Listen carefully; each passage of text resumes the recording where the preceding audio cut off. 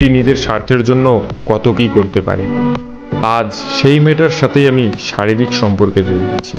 যেই মেয়েটার সামনে আমি একসময় গর্ব করে বলতাম, তোমার মতো হাজারটা সুন্দরী মেয়ে আমার সামনে দাঁড়ালেও আমি একবারও চোখ তুলে তাকাবো না। অথচ আমার অতীতের গর্ব করাটা কতই না বোকামি ছিল সেটা আজ বুঝতে পারছি। আমি সেখান থেকে চলে আসি। আসার সময় নাদিয়া আমাকে কিছুই বলেনি, তবে আমি বুঝতে চেয়েছিলাম সে এটাই চেয়েছিল, আর আমিও বোকার মতো তার ফাঁদে পা দিয়েছিলাম। নাদিয়া যদি এখন আমাকে আঙ্গুল তুলে বলে, তোমার মতো সব ছেলেদেরকেই আমি চিনি, পৃথিবীর সব ছেলেরাই একরকম, সুযোগ পেলে ছাড়ে না, তুমিই তো বলেছিলে আমি তোমার সামনে দাঁড়ালে আমাকে পাশ কাটিয়ে চলে যাবে, কোথায় গেল তোমার সেই নীতি কথা? আজ আমাকে দেখে তো লোভই সামলাতে পারলেন। এই প্রশ্নগুলো আমাকে নাদিয়া করলে তখন আমি কি বলতাম, কিন্তু নাদিয়া আমাকে কিছুই বলেনি এখন পর্যন্ত। আমি বাসায় এসে নিজেকে পবিত্র করার বৃথা চেষ্টায় 1 ঘন্টার মতো গোসল করি, অথচ আমি জানি আর কখনোই আমি বিশুদ্ধ হতে পারবো না। এই সাবান সোডা দিয়ে আমার দেহটা পরিষ্কার করতে পারলেও আমার মনটা কখনোই পরিষ্কার করতে পারবো না, সেটা খুব ভালো করেই জানি। পুরো 2 দিন আমি রুম থেকে বের হলাম না। নাদিয়ার সাথে সেই অন্তরঙ্গের মুহূর্তটা কোনোভাবেই ভুলতে পারতেছি। আস্তে আস্তে তার প্রতি কেমন জানি দুর্বল হয়ে যাচ্ছে। এমনটা হওয়ার কারণ আমি বুঝতে পারলাম। মেয়েটাকে তো আমি ঘৃণা করি, তারপরেও কেন এমন মনে হচ্ছে?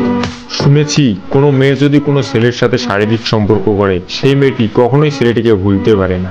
সবসময় সে ছেলেটির কথাই মনে পড়ে, কারণ তার সবচেয়ে মূল্যবান সম্পত্তি সে সেই ছেলেটিকেই বিলিয়ে দিয়েছিল। কিন্তু আমি তো ছেলে, আমার ক্ষেত্রে কেন এমন হচ্ছে? আমি কেন নাদিয়ার সাথে কাটানো সময়গুলো ভুলতে পারছি না? হঠাৎ করেই নাদিয়ার ফোন পেয়ে আমি ভাবনার জগৎ থেকে নিজেকে বাস্তবতায় প্রতিস্থাপন করি। সে ফোন দিয়ে বলল, আমি তোমাকে মেসেজে একটা ঠিকানা দিয়েছি, তুমি খুব দ্রুত সেখানে চলে আসো। কথাটা বলেই নাদিয়া ফোনটা রেখে দিল। আমি ভয়েই হোক আর যে কারণেই হোক তার দেয়া ঠিকানায় চলে গেলাম। গিয়ে দেখি একটা হাসপাতাল। সে আমাকে হাসপাতালে কেন ডেকে পাঠালো সেটা আমি বুঝতে পারলাম না। হাসপাতালে গিয়ে দেখি নাদিয়া আদিবাকে নিয়ে বসে আছে। আমি আদিবাকে দেখেই পিছনে ঘুরলাম। তখন আমার মনে হলো এরা তো খুব ভালো বান্ধবী, তাহলে কি নাদিয়া আদিবাকে সব কথা বলে দিল? নাদিয়ার ডাকে আমি আবার তাদের দিকে ঘুরে তাকালাম। তাদের কাছে যেতেই নাদিয়া আমাকে যে কথাটা বলে উঠল, সে কথাটা শুনে কেমন জানি খুব ভালো লাগা শুরু হলো। সে আমাকে বলল, আদিবা প্রেগনেন্ট, ওর বয়ফ্রেন্ডকে অনেক ফোন দিয়েছি কিন্তু তার ফোন বন্ধ দেখাচ্ছে। একজন ছেলে মানুষ প্রয়োজন হয়েছিল আমার, তাই তোমাকে ফোন করে আসতে বললাম। এই কথাগুলো শুনে আমার নিজে নিজে মনে হলো, হায় রে জীবন, এতদিন প্রেম করেও এই আদিবাকে একটা কিস করতে পারলাম না, অথচ এই স্মার্ট ছেলেটা কত কম সময়ের মধ্যে কত কি করে ফেলেছে। এটাই বুঝি পেলে বয় আর সাধারণ বালকের মধ্যে তফাৎ। আদিবা আর আমার দিকে তাকাতে পারছে না, কিন্তু আমি ঠিকই তার অসহায় নির্লিপ্ত চেহারাটার দিকে তাকিয়ে আছি। আদিবাকে দেখে একটা জিনিস খুব ভালো মতোই বুঝতে পারলাম, আজ সে অনেক অনুতপ্ত।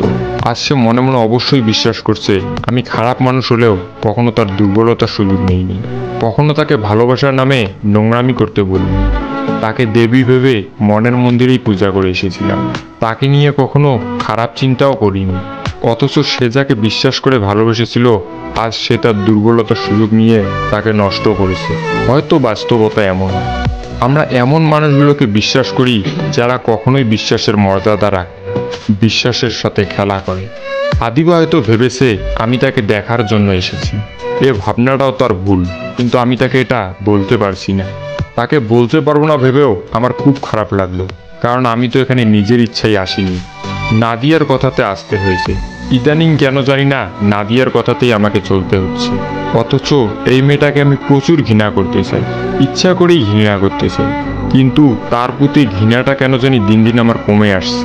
এমনটা হওয়ার কারণ কি আমি বুঝতে পারছি না। ডাক্তারের কথা শুনে যা বুঝলাম, আদিবা তার পেটের অনাগত সন্তানকে নষ্ট করতে যাচ্ছে, এছাড়াও আর কোনো উপায় নেই। 2 দিনের অতিথি হয়ে যে তার জীবনে এসেছিল, তাকে এখন হারিকেন নিয়েও খুঁজে পাওয়া যাচ্ছে না।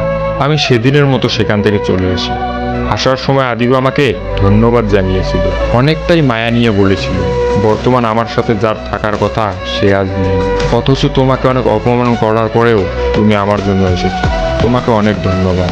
কিছুদিন পরের কথা, আমি সবেমাত্র অনার্স 3rd ইয়ারে উঠেছি। সেদিন ছিল মনোমুগ্ধকর একটি শীতের সকাল। ক্লাস শেষে আসার সময় হঠাৎ করেই দেখলাম আদিবা আমার সামনে দাঁড়িয়ে আছে। কি বলবো বুঝতে পারলাম না। পাশ কাটিয়ে চলে যাওয়াটা খারাপ দেখায়, তাই আমিও চুপ করে দাঁড়িয়ে রইলাম। তখন সে বলে উঠলো, তোমার সাথে কিছু কথা আছে, এদিকে চলো। রাস্তা থেকে কিছুটা ক্যাম্পাসের ভিতরে গেলাম আমি। হঠাৎ করে একটি নির্জন জায়গায় আদিবা দাঁড়িয়ে বলল।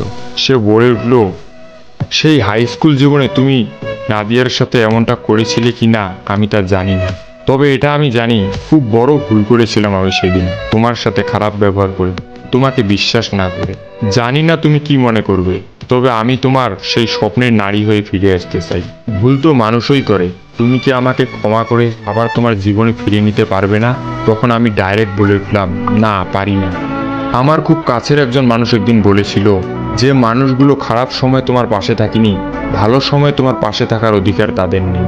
আমি এটাও জানি তুমি আমাকে ছাড়াও ভালোভাবে বেঁচে থাকতে পারবে, তবে মানুষ চিনতে ভুল করো না। এই নিয়ে 2 বার ধোঁকা খেলে। এরপর কাউকে ভালোবাসলে জেনে শুনে ভালোবাসো, যাতে পরে আর পস্তাতে না হয়। ভালো থেকো। কথাগুলো বলে সোজা আমি আমার বাসায় চলে যাই। বাসা বলা ঠিক হবে না, আমি ম্যাচে থাকি, তো ম্যাচে চলে যাই। ফ্রেশ হয়ে ফোনটা হাতে নিয়েই দেখলাম 21টা মিসড কল। বলে রাখা ভালো, শীতের দিন আমি তেমন একটা গোসল করি না। নাদিয়া এতবার কেন ফোন দিয়েছিল বুঝতে পারলাম না। আমি আর কলও ব্যাক করলাম না। হয়তো ভেবেছিলাম আদিবা হয়তো কিছু বলেছে, ওই কারণেই ফোন দিয়েছে। আদিবার জন্য কেন জানি না অনেক খারাপ লাগছে। মেয়েটা সহজ সরল মনের মানুষ, তার সাথে এত বড় ধোঁকা হওয়াতে প্রথম দিক দিয়ে আমার ভালো লাগলেও এখন কেন জানি খুব খারাপ লাগছে। জীবনে ওই একটা মেয়েকেই তো মন থেকে ভালোবেসে নিজের করে নিতে চেয়েছিলাম। হয়তো আমি এখন তাকে ভুলে গিয়েছি বললে ভুল হবে। পরিস্থিতি আমাকে ভুলতে বাধ্য করেছে। সবার জীবনে এমন একটা সময় আসে যে সময় কাউকে ভালোবাসা যায় না। আমিও ঠিক সেই সময়ের মধ্য দিয়ে যাচ্ছি। এখন কাউকে ভালোবাসার কথা চিন্তাতেও আনতে পারিনি। আমি আমার জীবন যুদ্ধে জয়ী হতে পেরেছি কিনা জানি না, তবে নিজের এমন একটা অবস্থান বর্তমান তৈরি করেছি, দুবেলা দুমুঠো খাবার এমনিতে জোগাড় করতে পারবে।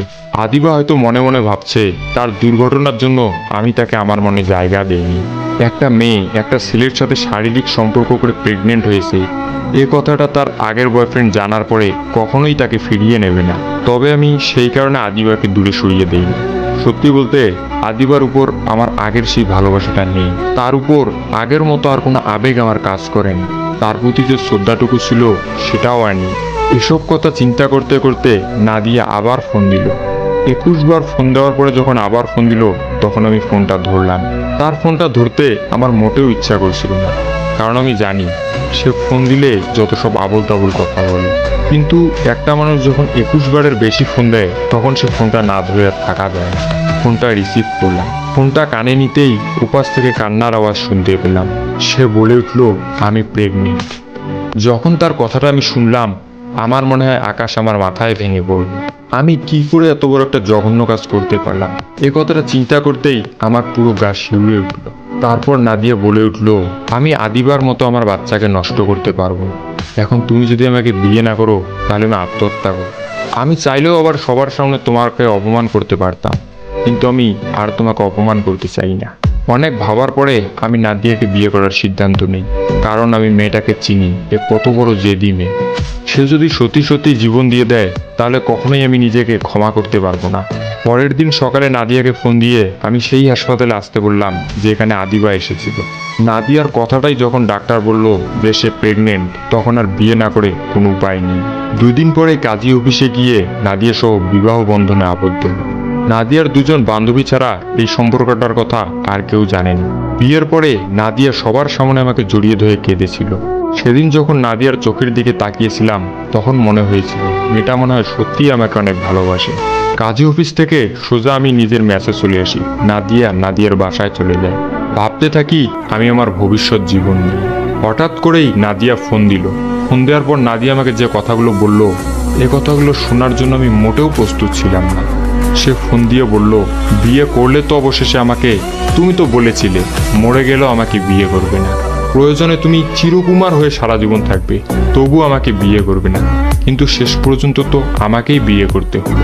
নাদিয়ার কথাগুলো কেন জানি আমার মস্তিষ্কের নিউরনগুলোতে ঢুকলো না। আমি বুঝতে পারলাম না সে কেন এমন কথা বলছে। তখন আমি বললাম, তুমি কি বলছো, স্পষ্ট করে বলো। তখন সে বলে উঠল, আমি প্রেগনেন্ট না। তোমাকে বিয়ে করাটা আমার প্রয়োজন ছিল, তাই এই নাটকটা সাজিয়েছি। আমি তোমাকে হারাতে চাই না, তাই নিজের করে রেখে দিলাম। সো তোমাকে এত টেনশন করতে হবে না, তুমি তোমার জীবনটাকে এগিয়ে নিয়ে যাও। যতদিন তুমি নিজেকে ভালোভাবে প্রতিষ্ঠিত করতে না পারো, ততদিন আমি তোমার ঘাড়ে চেপে বসবো না।